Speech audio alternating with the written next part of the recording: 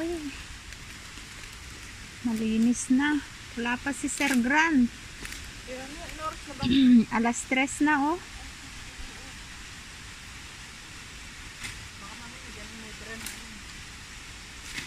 Alam niya yan. Baka nag-send si Sir Grant sa GC nila. Okay. Yung may problema yung tubig natin dito. Alam nila amo kahapon pa. Alam na nila. Ay, naku buhay. Pinalinis pa nga sa akin yung extensive linis pa sa akin kaming dalawa doon ni ate. Nilinis na namin yung harapan ng gate. Dami kasi dahon. Maraming ang dahon. Hindi pa ako nakapaglinis doon kay Sir Grant. Yung side nila. Ang daming Oo, dahon-dahon. Kahit yung namin nga, yung mga pathway namin, dami pang dahon. Dami. Nakita ko nga. Dami pang mga branches nagsihulong.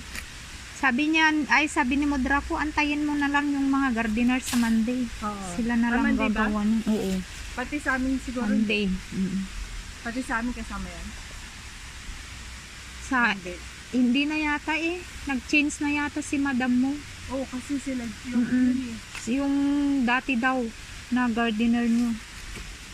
Kaya sa amin na lang yung mga gardener.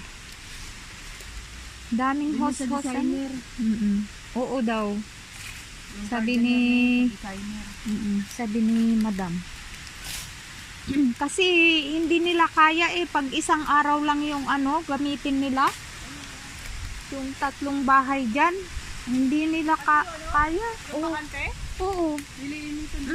Doon sa 28. Ito yung problem. Oo, nabili na. Hindi ko nga alam. Wala pa naman. Wala pa namang signal. Pero hindi ko alam kung ibenta rin ni madam. Parang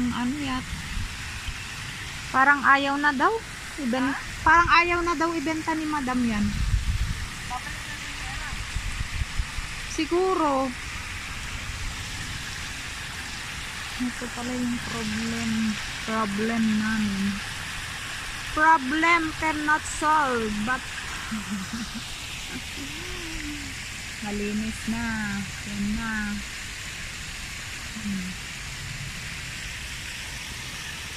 Pagawan bantay kami kakabsat.